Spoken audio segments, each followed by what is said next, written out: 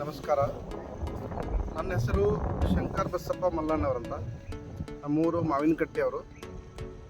ಈ ಒಂದು ಹುರ್ಕೋ ಅನ್ನುವಂಥ ಔಷಧ ಏನಿದೆಯಲ್ಲ, ಸೋಯಾಬೀನ್ದಲ್ಲಿ ನಾವು ಪ್ರತಿ ಪಂಪಿಗೆ 30 ಗ್ರಾಮನ್ನು ಸ್ಪ್ರೇ ಮಾಡಿದ್ದೀವಿ.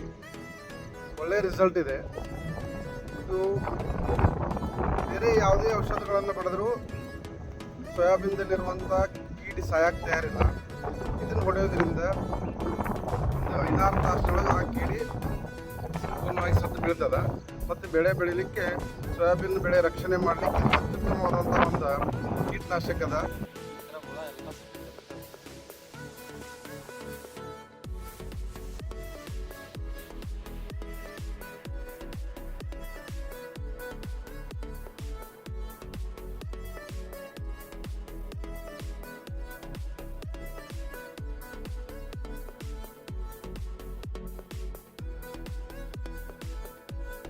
ಮಾಡಿದ್ದೀವಿ.